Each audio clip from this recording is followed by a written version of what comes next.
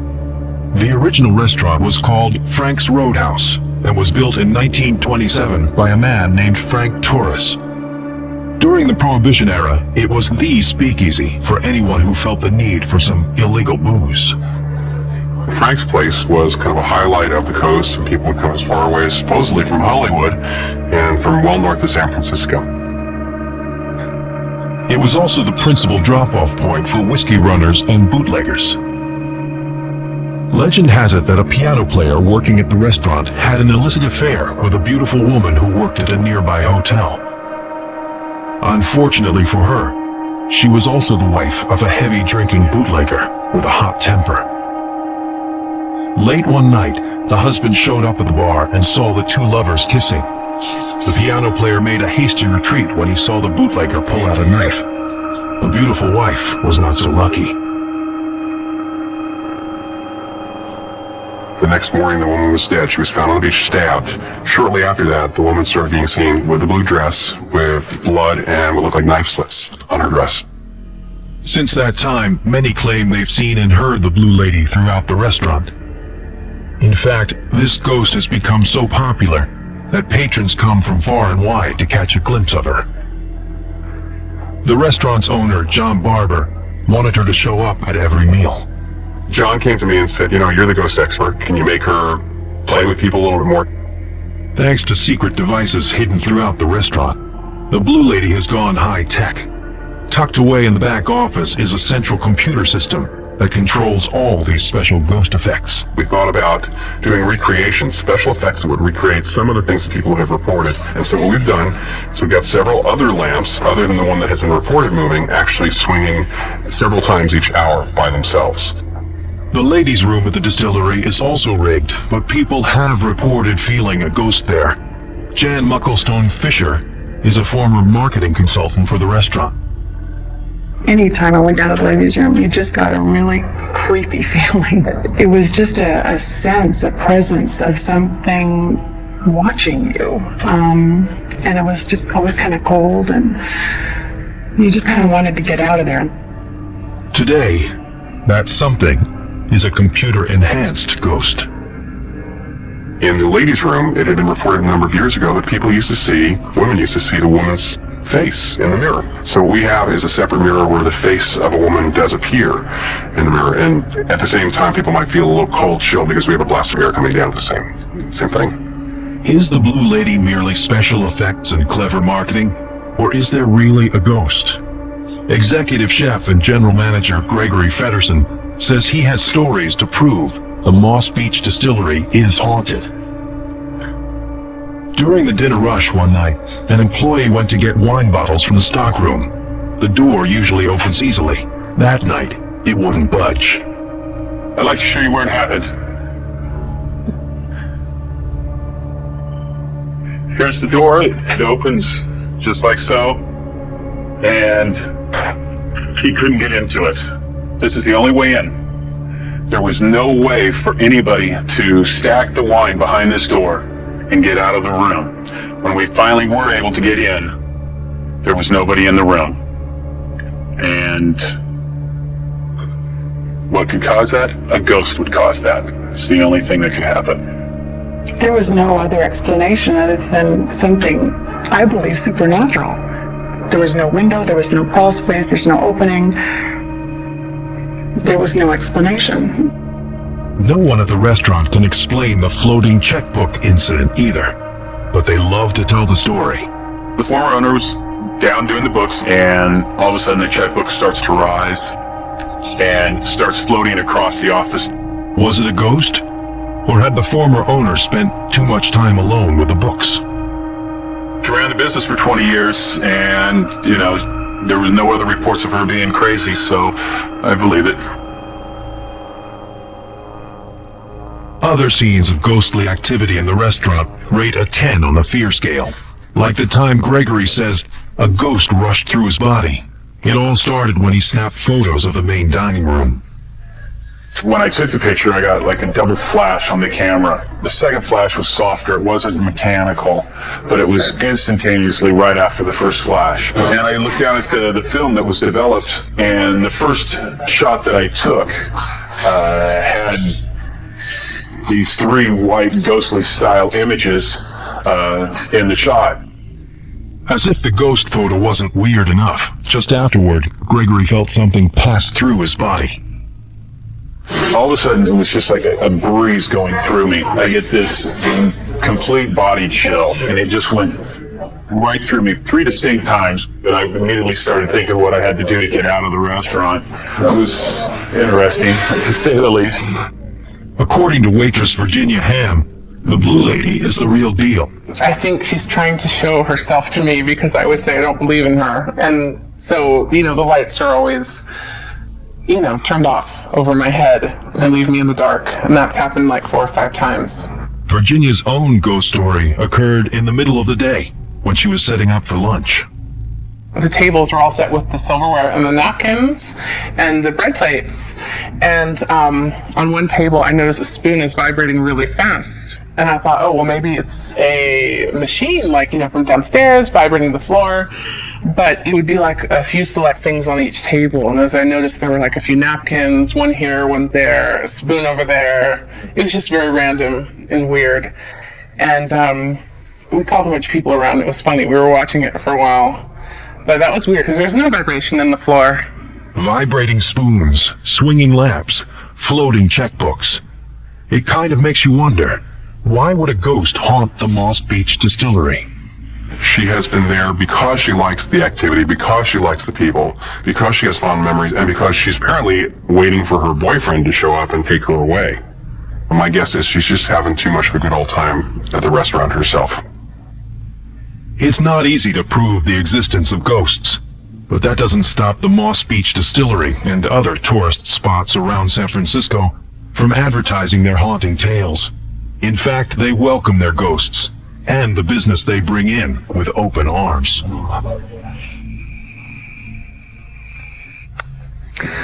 Cashing in on a haunting may seem like good business sense, but as we've seen, uninvited guests bring a price all their own, and most visitors to San Francisco wouldn't want to get stuck picking up that tab.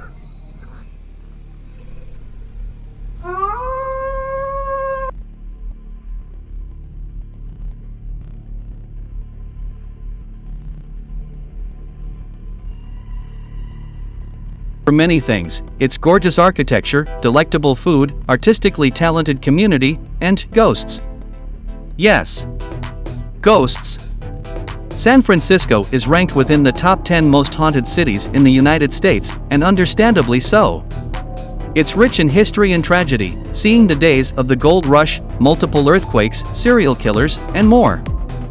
5. The Fairmont Hotel. The Fairmont Hotel was the brainchild of 2 sisters, Teresa Fair Ulrichs and Virginia Fair Vanderbilt, who wanted to open a boutique hotel in the upscale Nob Hill neighborhood. However, just weeks after the hotel opened, it was heavily damaged in the earthquake. Undeterred, the Fair sisters had the hotel rebuilt, opening just 1 year after the earthquake. This luxury hotel is said to be haunted by multiple ghosts, 2 of them being the Fair sisters. In fact, the sisters are said to take care of their guests, even caressing them while they sleep. Another common ghostly pal at the Fairmont Hotel is a woman known as the Friendly Prostitute. This woman was murdered in her room and is seen roaming throughout the hotel and talking happily to guests. Others claim that the spirits of World War II soldiers walk the halls. For Alcatraz Federal Penitentiary. This infamous former prison is said to be haunted by the ghosts of former prisoners and guards who died on the property. The U.S.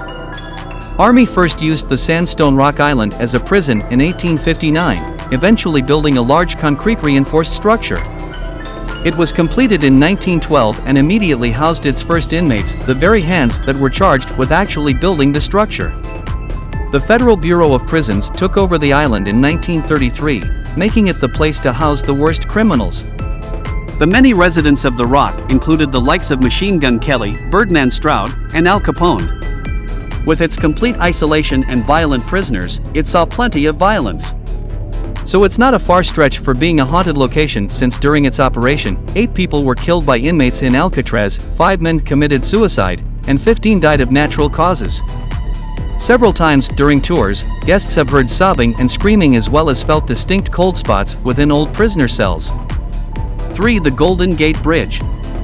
The Golden Gate Bridge is an iconic symbol of San Francisco, California, known for its beautiful red color and impressive span across the Golden Gate Strait. However, Sutro Baths.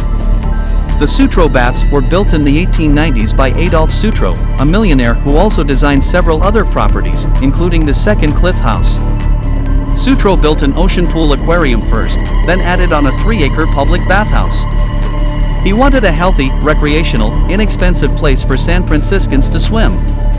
In addition, he also used the location as a quasi-museum, bringing in natural history exhibits, galleries of sculptures, paintings, tapestries, and artifacts from Mexico, China, Asia, and the Middle East, including the popular Egyptian mummies. The Sutro Baths are said to be haunted by multiple ghosts. One of the spirits is a 16-year-old boy named Frank Denvin, who had fallen headfirst from the ladder of a water slide into an empty cement tank and died in 1896. 1. The Whittier Mansion. William Franklin Whittier built this 30-room mansion in 1894 for his wife as a gift. However, she died in a carriage accident before the home was completed. As if that wasn't tragic enough, William passed away in the mansion only a year later, and their son sold the home to the German Reich, where it supposedly housed German spies during World War II. It is said to be haunted by William, who is said to be seen sitting in a chair, waiting for his wife to come home, as well as by the aforementioned German spies. San Francisco, a city known for its iconic Golden Gate Bridge, steep hills, and vibrant culture, also carries a rich history of hauntings and ghost stories. This city, with its foggy weather and old buildings, seems to be a perfect setting for the supernatural. From its early days, San Francisco was a fairly lawless city, attracting all sorts of characters and events that have led to its haunted reputation. The city has seen its share of tragedies and dark events. During the Gold Rush era, people from all over the world flocked to San Francisco seeking fortune. This rapid influx led to chaos, crime, and many untimely deaths. Fires, earthquakes, and epidemics also plagued the city, leaving behind many restless spirits. These tragic events have contributed to the city's haunted history, making it one of the most ghostly places in the United States. As we delve into San Francisco's haunted history, you'll see why it remains a city full of eerie tales and mysterious encounters. San Francisco's reputation as a haunted city has grown over the years, thanks to the many eerie tales and ghostly encounters reported by locals and visitors alike. The city's turbulent history, marked by crime, natural disasters, and personal tragedies, has left an indelible mark on its streets and buildings. These events have given rise to numerous ghost stories, making San Francisco a hotspot for paranormal enthusiasts. One of the most famous tragedies in San Francisco's history is the 1906 earthquake and subsequent fire. The disaster destroyed much of the city, and thousands of people lost their lives. It's said that many of the spirits of those who perished in the earthquake still linger in the city's ruins, their presence felt in the creaking of old buildings and the whispers in the night. Additionally, the city's history of violence, from the lawless days of the gold rush to the organized crime of the early 20th century, has also contributed to its haunted reputation. Murders, suicides, and other untimely deaths have left many restless spirits wandering the streets, unable to find peace. San Francisco's Chinatown, one of the oldest and largest in the United States, is particularly known for its haunted past. The area was rife with crime and exploitation, especially during the early 20th century when many Chinese immigrants were forced into slavery and prostitution. The Presbyterian Mission House, where Donald Dunn Cameron rescued over 3,000 Chinese girls and women from such fates, is a place of both hope and horror. Despite its noble mission, the building witnessed many deaths and tragedies, and the spirits of those who suffered there are said to still haunt the place. As we explore the haunted places in San Francisco, you'll discover that the city's ghostly tales are as diverse and intriguing as the city itself. From haunted mansions to eerie theaters, San Francisco's supernatural stories offer a glimpse into its dark and mysterious past. San Francisco's haunted locations are numerous, each with its own spine-chilling tales and spectral residents. One such place is the Cameron House in Chinatown. Originally the Presbyterian Mission House, it now serves the community, but retains its haunted past. Visitors report seeing white figures in photographs and feeling an eerie presence. The basement, sealed shut, holds the tragic history of young girls who perished in a fire. Their spirits believed to linger in the dark, hidden corners, whispering in the silence. Another infamous location is 1000 Lombard Street, once the home of socialite Pat Montandon. After a party where a tarot card reader cursed the house, a series of inexplicable and terrifying events began. The temperature would drop suddenly, doors locked on their own, and blood-like stains appeared on the ceiling.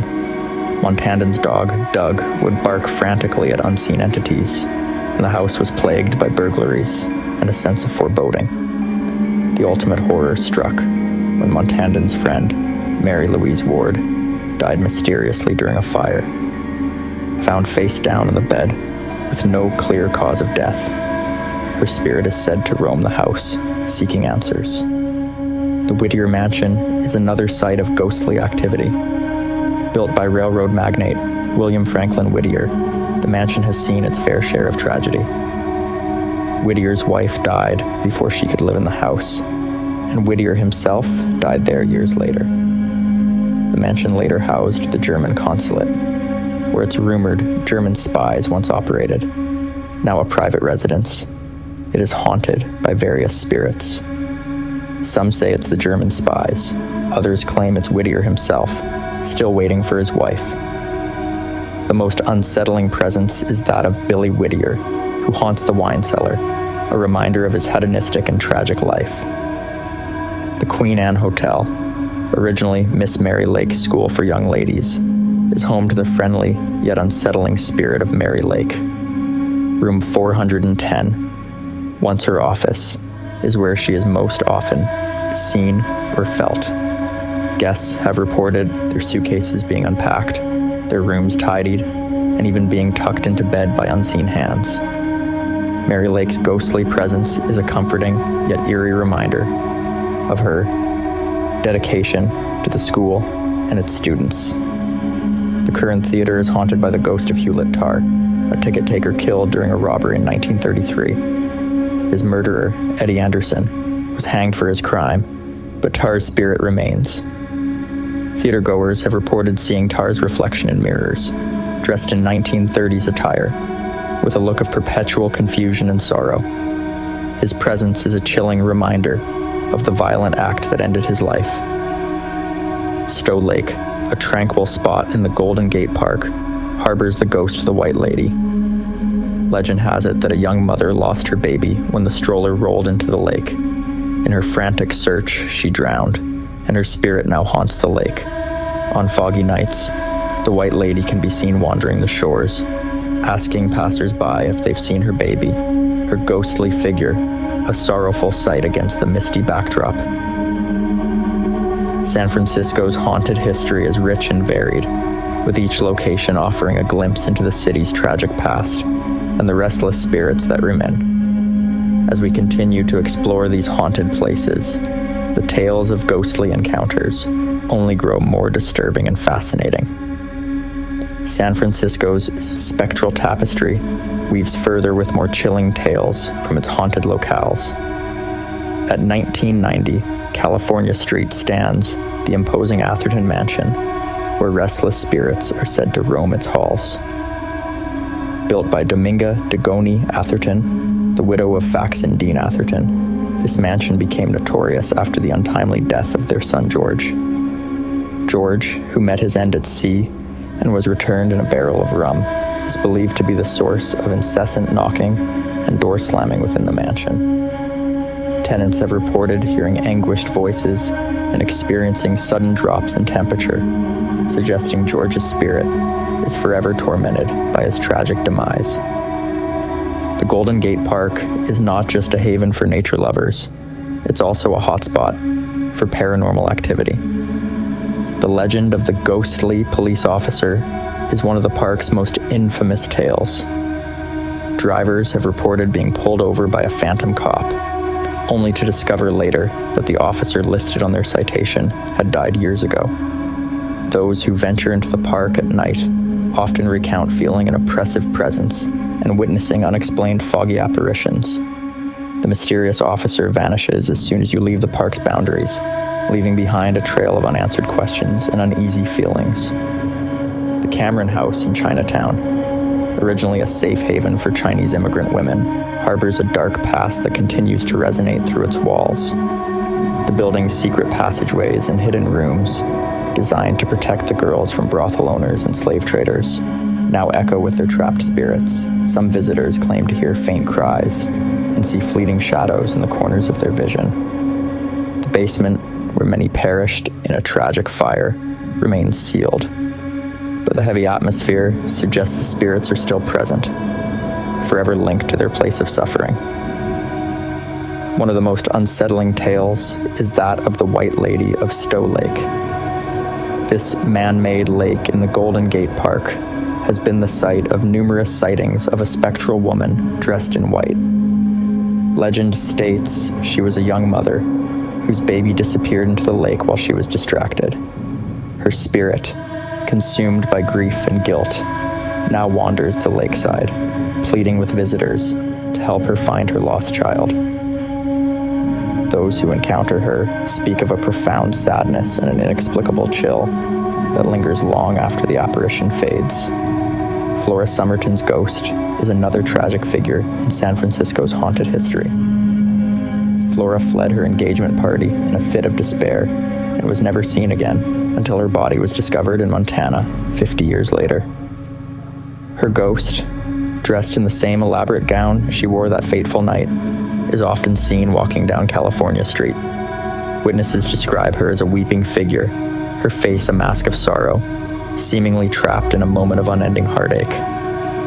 The Curran Theater, where Hewlett Tarr was murdered, continues to be a site of eerie occurrences. Patrons and staff have reported seeing Tarr's ghost in the lobby mirrors, his expression one of confusion and sadness. Some have felt a cold breeze or heard faint whispers as they passed by the ticket booth where he was killed. His presence is a haunting reminder of the violent crime that took his life, leaving his spirit unable to move on. There's something weird happening at the Presidio. I have definitely had some unexplained incidents. Mia Andrade runs the cafe at the Presidio's Officers Club. I was sitting at the desk doing my paperwork and I hear a knock on the door. Knock, knock, knock, knock, 5 times. And I got the chills and I looked and I walked into the kitchen, and before I actually reached the light switch, it turned itself on by itself. There's definitely ghosts and spirits walking the Presidio. And former Marine Steve Gatlin says he's got the not-so-great out-of-focus doesn't really look like a ghost pictures to prove it. I knew when I snapped the photo that it was just Anne standing there by herself. There was no one standing next to her when I did this, so I knew that I had captured something. In this 1992 inspection report, the Army, who at the time ran the Presidio, stated that a sane and sober military staff swear the building is haunted. So, is the Presidio haunted? Skeptics say no, but not Anne Gomack. She not only sees dead people, she talks to them. She's kind of like that kid in the movie The Sixth Sense. I see dead people. I see people who have passed over, yes. That's because Gomack is a clairvoyant medium. She hates to be called a Ghostbuster. Oh, no Ghostbuster, that was a movie. She's convinced that what she does is real, and it does have a name. The work we do is paranormal research. With her fearless assistant, Thomas Smith, I'm scared of the living, but I'm not scared of the dead. The two try to get the spirits at the Presidio to cross over to the other side. You know there are ghosts around when Thomas's needle starts to move. And I've been slapped, punched, scratched. By ghosts? Yes. By spirits? By something that I haven't seen. When we were there, the ghosts were camera shy. But Anne and Thomas happened to catch one walking across the room with their camera. A coincidence? There's no such thing as a coincidence. Funny. Isn't that what they used to say about ghosts? Max Paul, NBC News, San Francisco. And this building has a wonderful history, built in 1904, so before the earthquake and fire, giant steel frame building. It was burnt throughout in the fire, but of course still held, and so they rebuilt it within. And this place is fabulous. The main ghost in here is said to be a ghost of a thin man dressed in an immaculate 30s style suit, said to be between the 3rd and 4th floor in the stairwell. The night watchman told the San Francisco Chronicle that sometimes he sees this ghost on the stairwell between the 3rd and 4th floor, and he hears tinkles of jazz music. That's because he's probably the most famous person to ever work in this building, and he worked for the Pinkerton Detective Agency and became a big mystery writer and learned all of his mystery writing and his hard-boiled detective background from working at Pinkerton Detective Agency in the flood building. Does anyone know the author I'm talking about? Yes, Dashiell Hammett, author of The Maltese Falcon and the Thin Man series. So you can imagine a ghost of him, except it's said to be in his younger days, wearing a fedora and disappearing with a whiff of jazz music. And the quote up above, Dean of the hard-boiled school of detective fiction. Those aren't my words, those aren't any local people, because you know in San Francisco people tend to talk up things. That's the New York Times for his obituary. And this building also has other haunted spirits that are said to be in the building because it had an interesting past. Now, San Francisco was already a very large city in 1904, and that's a very large lot back here at the flood building to have just empty at Powell and Market, right where the cable car starts. Why would that much space be empty in downtown San Francisco? And the answer is, on that spot used to be a hotel, which was one of the largest in the city, called the Baldwin Hotel. And the Baldwin Hotel was built in the 1880s, 6 stories high, and most of the buildings in San Francisco weren't steel framed. And so if you can imagine, mostly like maximum 3 and 4 stories. So to have a wood frame hotel 6 stories high on that entire spot, it was a giant hotel. What happened to that hotel in 1898? Fire, exactly. You have a giant wooden frame building encompassed by fire, and it spread quickly. And they know about, and this happened in 1898, they estimate that between 7 and 9 people died, but rumor has it as many as 20 people died in this fire. It just swept through so quickly, and you can see the shell that was remaining.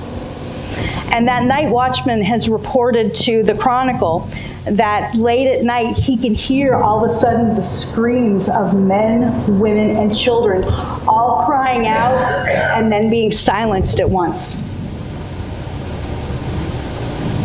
So, the flood building.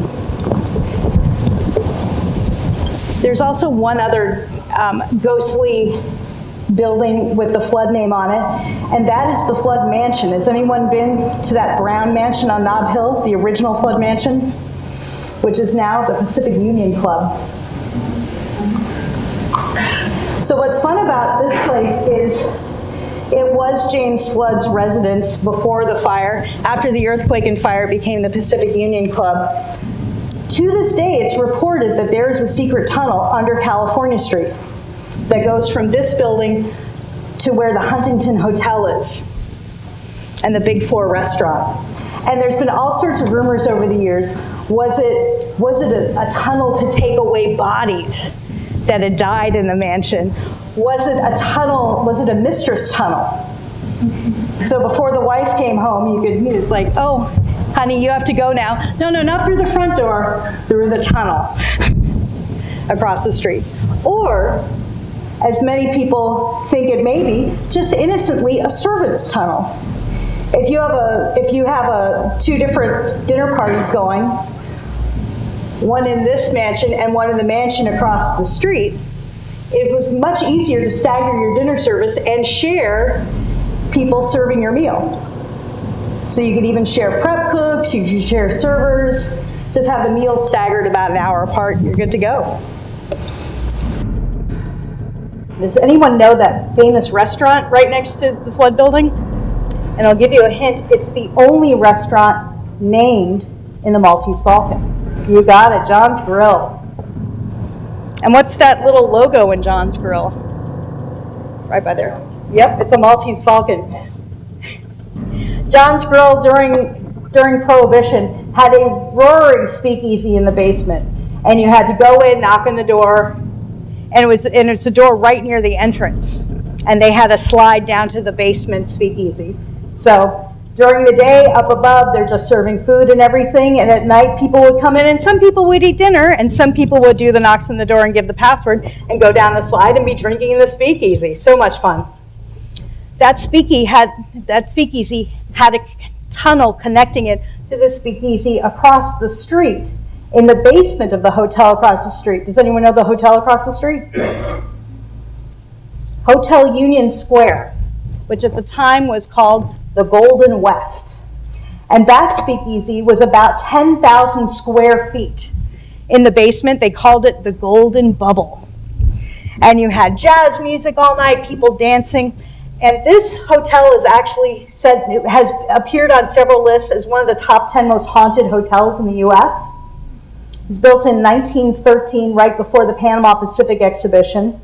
And so you've got old, the hotels around Union Square are old and have history and are great for ghost sightings. A bunch of the ghost sightings in this hotel have been, just as people look away in the hallways, it looks like someone's sleeping in the corner of the hallway. And then they'll look away and look back and realize there's no one there. And so it's just ghosts sleeping off their hangovers. But in particular, there's one room which is said to be the most haunted room. And some people will reserve reservations at the hotel and say, I want any room but room 207. But of course, adventurous people say, hey, while I'm there that week in July, can I stay in room 207? And room 207 is famous because the lover of Dashiell Hammett lived there for many years. So she was a playwright named Lillian Hellman. Yeah, and in the Thin Man series, there's a character named Nora Charles, which is said to be based on Lillian Hellman. And Lillian Hellman was a playwright in her own measure. When she and Dashiell Hammett met in a Hollywood restaurant in 1931, both of them were married, but that was it. They immediately started up a torrid affair that was said to be off and on until his death 30 years later. She divorced the next year. He didn't divorce for another few years because he had children. But like I said, they were together. It was that. And so she stayed in room 207 when she was in town. And he would just go to John's Grill and then go up and see her. It was fabulous.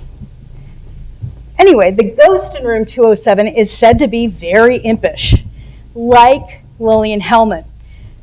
So that kind of ghost haunts room 207. It's said that she'll place things around the room behind people's backs. The CEO in 2004 was interviewed and said that the last time she was in that room, she just quickly looked away, and the room was all perfectly made. And she looked away and she looked back, and there was a Kleenex on the very center of the bed. Like, if you're a CEO of a hotel chain, you notice everything in a room. It's like, okay, the room's clean, this is good, look back, boom.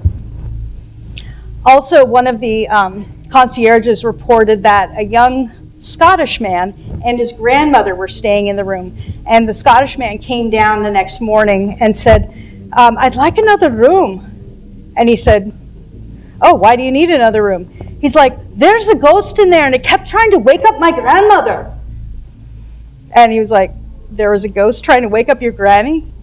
He said, yes, there's a ghost trying to wake up my granny. And I kept shutting the bathroom door and she kept opening it. And I kept shutting it and she kept opening it throughout the night. Can you get me another room? So it's that kind of room. Hey, we should talk about ghosts. That's right. I love ghosts. It's my favorite topic. And some cities just lend themselves to ghost stories. These great old cities with lots of history. And tonight we're going all the way to San Francisco. We're already here. We're going to just tell you about it. And we've got an awesome guest to do it. So listen about it. Tonight's guest is one of America's leading parapsychologists. He is totally awesome, and we love him dearly. You've seen him on all kinds of shows. He's the author of numerous books, including ESP, Hauntings and Poltergeists, Mind Over Matter, and his latest book, The Ghost Detective's Guide to Haunted San Francisco, co-written with psychic Annette Martin. You've seen him on Larry King, Joan Rivers' Hard Copy, The View, David Letterman, 30-odd Minutes, and tonight he's all yours again, live from the San Francisco Bay Area. Please put your hands together for Professor Paranormal Lloyd Auerbach. Yeah, Lloyd! Hey! Yeah. Lloyd, how are you? So you two team up. You're in Northern California, the San Francisco Bay Area. So many great haunts around that region, of course. What makes this city so rich in hauntings? Well, there are great stories, I think. If you take a place like Boston or New York, you're going to have a lot more. San Francisco sort of had its history wiped clean in 1906 because of the earthquake. There are older stories. There are a few older buildings there and a few other places that are probably haunted for much longer, but it just, because I think of the atmosphere, it lends itself to telling of ghost stories in the city. You've got the fog rolling in, the hills and everything else, and Victorian-type houses and place. Yeah, right. I mean, it's got the look. It's got that old world look. And of course, when I think of San Francisco, when I think of ghosts, one name comes up big time: Alcatraz, the Rock. Alcatraz, yeah. I mean, an incredible place. There it is, right off. It's just sitting out in the bay. You can be almost anywhere around the bay and see it. So it's not like it's going to go away from your field of vision. You have to see it. And the history here is incredible because it's not just a prison. I mean, this goes back to the Spanish-American War. It goes back to the Civil War. Civil War. Yeah. I mean, how did this island become so significant? Well, I mean, it was a fort. It was used in the Civil War. It was used since that time throughout many different conflicts. And I think that its isolation, it's not easy to get to except by boat, obviously, or helicopter, of course, these days. But it was not the kind of place you could swim to and from. And so as a fort, as a place of defensive posture, it was really a good location for a lot of reasons. And that made it also very good as a prison, too. Right. I mean, if you escape, where are you going to go?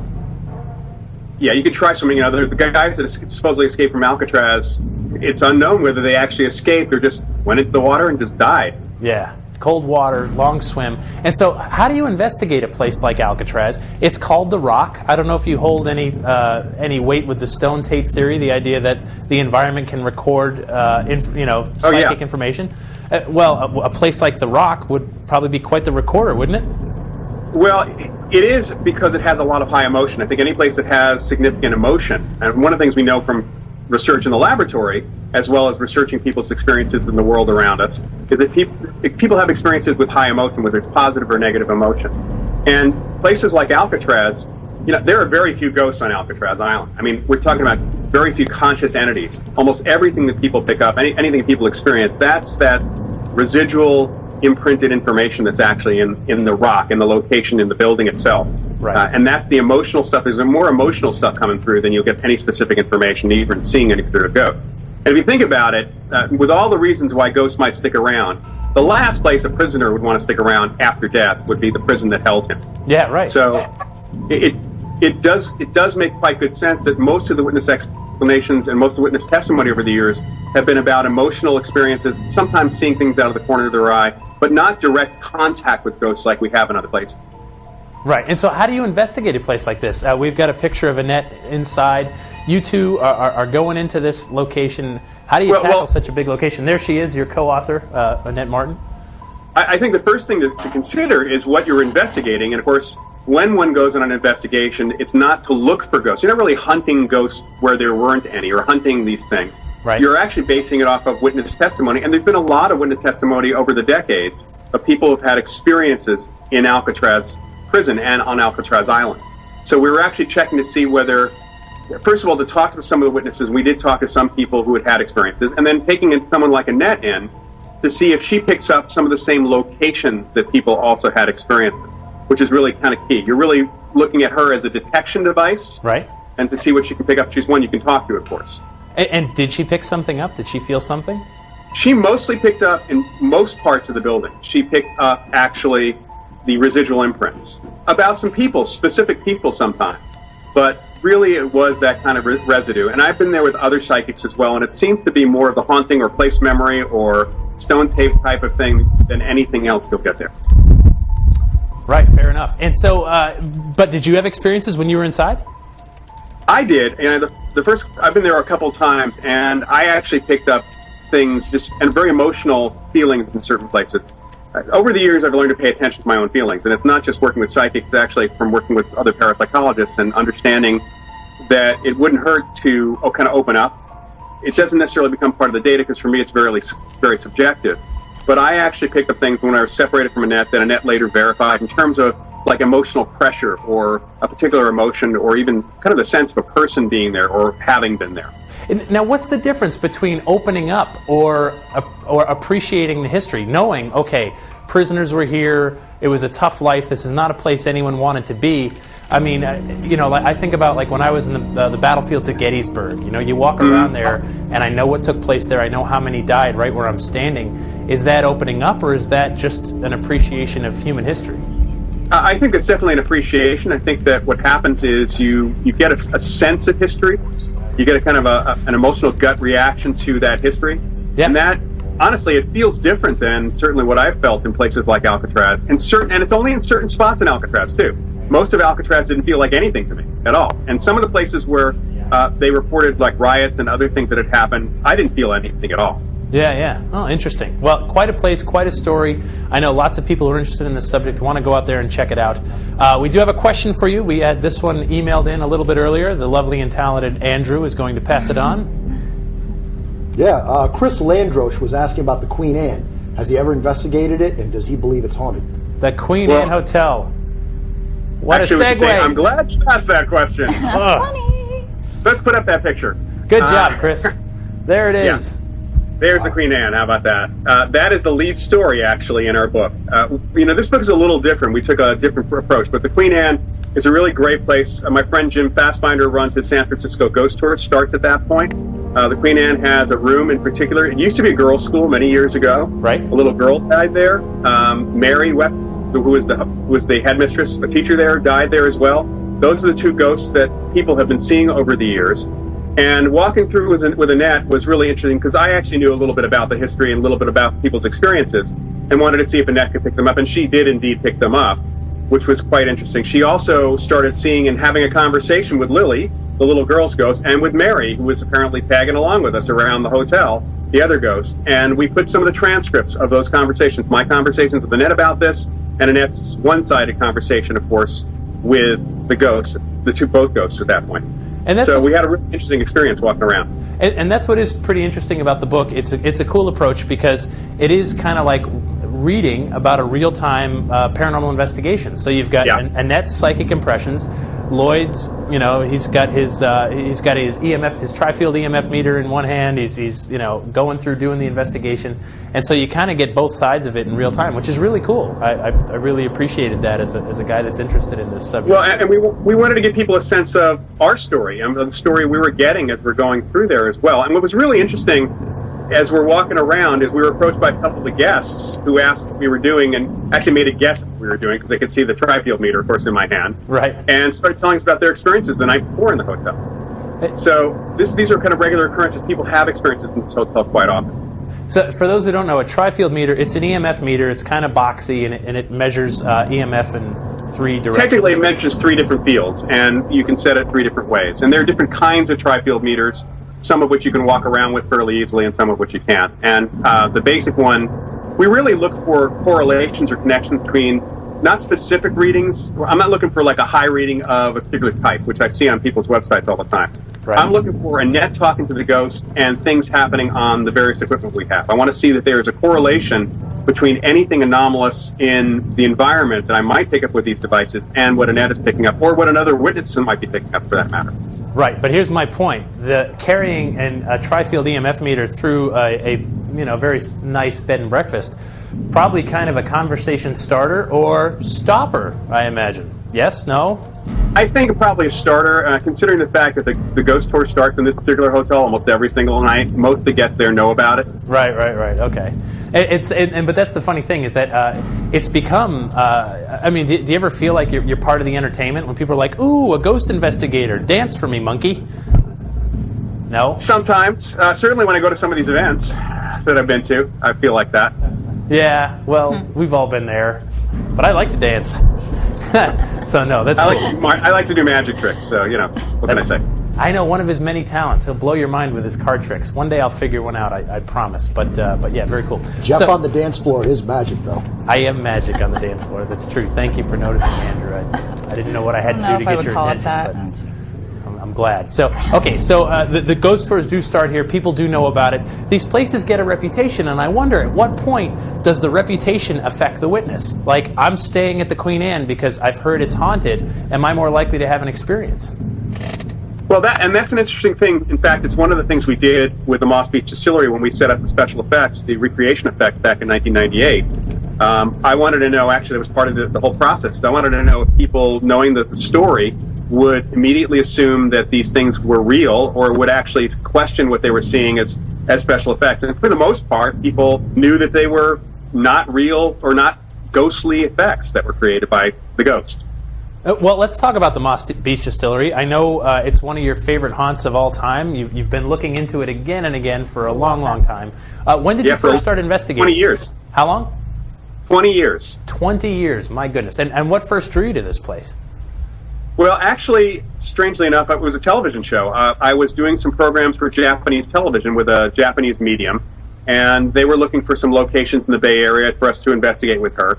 And I was looking at a variety of places. I'd already taken her to one location called the Bantha Inn outside of San Francisco. And they wanted something closer and something on the ocean, and I had heard about this place. I actually had been to the restaurant without knowing that it was known to be haunted. And this turned out to be a really good place for us to go to, both visually and also for Mrs. Guibo to connect with the ghost. We had a really interesting experience, including some physical phenomena that actually happened for the cameras. The ghost was actually very cooperative with us that first night, opening a door 6 times for us. Wow, and caught on camera. Caught on camera, yeah. Doesn't look like much. The door just kind of slowly swings open on its own.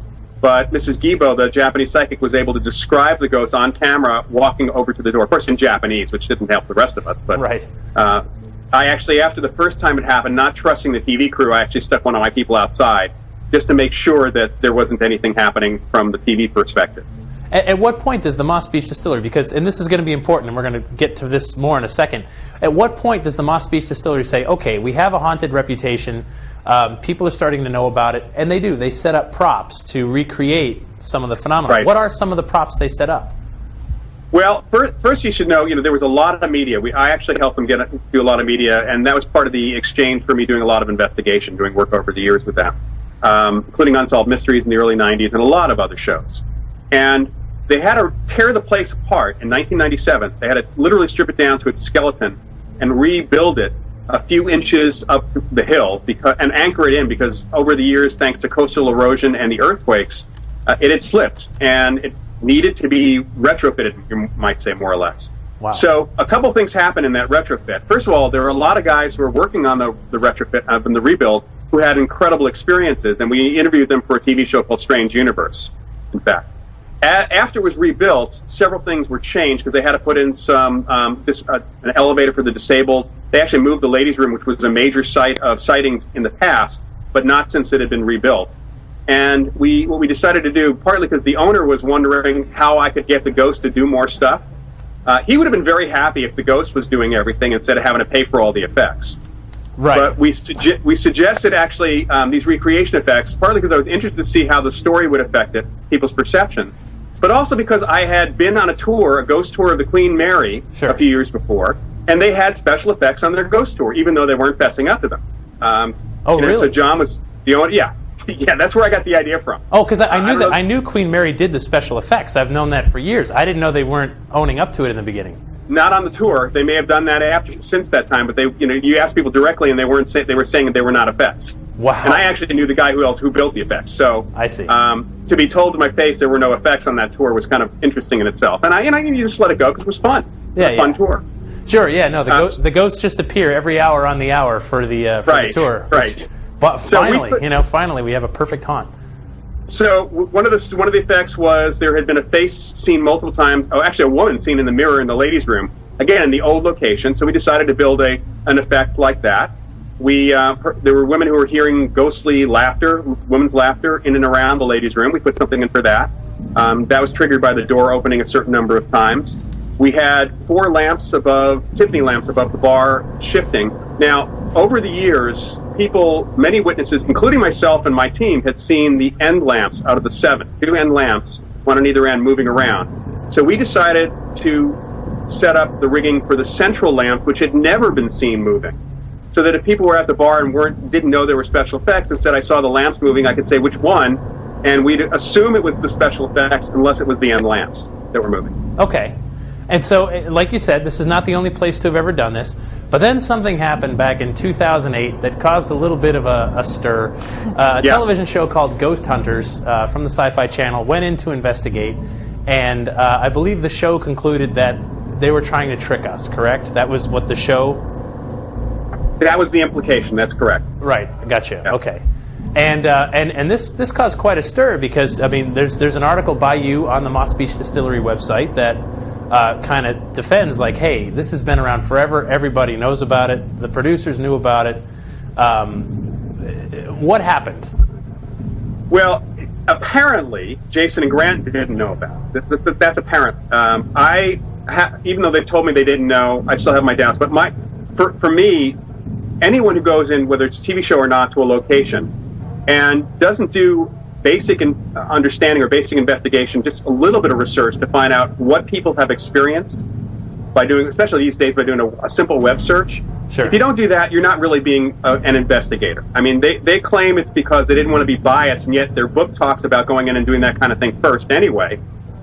But if you don't want to be biased, then you don't talk to any employees. In this case, they talked to one employee. He was the only one who was willing to appear on camera, who was a new guy, a chef, who didn't know anything about what had been going on other than what he read in the pamphlet. He hadn't even really been fully briefed. So He told them some stories, and that's where they went to investigate. He didn't tell them anything about the effects, because apparently it didn't even occur to him at the time. And Jason Grant claimed not to know about the effects. And yet, if you did a simple Google search, even back then, out of the first 10 stories that showed up, the top 8 were actually talking about the effects. I see. So it's kind of silly. That was very silly. On top of that, there was a lot of drama. I mean, there were the laughter. First of all, the effects were all turned off except the one in the ladies' room, because that's triggered only by opening the ladies' room door a certain number of times. I think it was 9 times. So there wouldn't even been any reason to turn that off. And as it happens, they heard the laughter, which is very clearly from a speaker above the door, and only from a speaker above the door. In the meantime, they show on the show they're showing some very big drama of Grant going up into the ceiling and finding other speakers in the ceiling and making a big deal about these being part of the special effects, when in fact they were the PA system for the restaurant. Oh. And almost every restaurant today has a PA system with the pipes and music. Sure. So it had nothing to do with the effects. There's a tiny speaker that had to do with that. And by the way, the effects are no longer work. One of their fans really ripped off the face in the mirror, and some of the other effects have been since broken as well. So that stuff's not even happening at this point. Here's what the same fans, by the way, who accuse me of helping cover it up are the same fans who think that they actually drove to every single location. Well, here's the thing. You seem to have taken it personally. I mean, I did take it personally, yeah. Okay. Well, I mean, why? Let me. The reason I took it personally was actually the reaction that I got. Okay. I basically in my initial article, which I actually wrote a blog while the show was on. So I was doing it while I was writing it, and I was kind of explaining where the effects came from. They were very clearly not secret. Right. They had been on a couple of History Channel shows, in fact, one of which still runs. Actually, if you go to YouTube and run a search on Moss Beach Hoax, you'll see the segment that ran years before and has run multiple times since then that shows the effects and has me talking about the effects. But it's not a secret. Right. So for fans to get up in arms and for this to be portrayed as a purposeful hoax to make them waste their time, which is what not only was portrayed on the show, but also what the fans came across with, was something I took very personally because I was involved. And I was being called a liar also. Oh, okay. And that hurts. I mean, 20 years of your life you've been investigating one place. I understand. I mean, we all have our it also calls to question. I mean, they're saying this is a hoax, but there are hundreds and hundreds of witnesses going back to the 1930s. Are they all lying? Right. So it was something very personal, and that's one of the reasons why it's in the book. Right. And so this is the thing about these locations is that they take on a life of their own. I mean, there's the real history, the legend, the eyewitnesses, and all of it combines to be what it is today. Lloyd, we do have a couple quick questions for you. Sarah in the chat room. I know, gosh, we haven't been Do able we to really get over want to there. get to it? Yeah. Let's do it. Jump in. Okay, we have one from Jen Brown. Lloyd, have you ever had another living apparition case besides the Marin City case in 1990? Wow, that's specific. Besides the Marin case, yeah. Actually, if you go to my website, you'll mindreader.com. There's an article about the Marin living apparition case. But I've had occasional other cases where people had out-of-body experiences and were actually seen as ghosts. And this is actually something that is in the literature of parapsychology and psychical research going back to the 1800s. And it's a really interesting experience. Is that different than a doppelganger? A doppelganger, well, it may be the same thing. A doppelganger is a double. Right. So it takes on, and that has a whole different connotation to it. People have experiences sometimes are seen as apparitions, either when they're in crisis or sometimes where they're sleeping and they have out-of-body experiences. So they're apparitions of living people in that sense. And how interesting is that ghosts of living people, there's so much we don't know about how our own psychology, our own consciousness, and that's what's so cool about the field of parapsychology is that. Well, and very sadly, even when there's a publication of an article by Daryl Bem, a professor from Cornell University, about some recent research. It's published in a mainstream psychology journal now, and it's got an enormous outcry from mainstream science of how dare they even publish this. And all I can say to that is, these are supposedly scientists claiming no bias, and yet from the get-go they're saying, I will not believe this even if it is, if the research is good. They're showing their bias, and they're also showing that they are not scientific in the true sense of the word, because people have these experiences and they're not willing to look at them or even support anyone else looking at them. Right, and that's what I love. It's such a part of the great debate that is the paranormal, that includes so many facets of everything. Lloyd, we're right up against the end. I do appreciate you coming back on to talk about the new book, Haunts of San Francisco. What a cool thing. So you've got legends, ghost stories, you've got psychic research, and you've got parapsychology all in one great location, San Francisco. Very cool. Congratulations on the book. I hope it does really well for you. And thanks so much. Jeff. I mean, God, I wish we had more time, but that's how it goes, right? Thanks for watching. Be sure to like, subscribe, comment, and share to keep fascinating content coming here at Nightmare Nexus.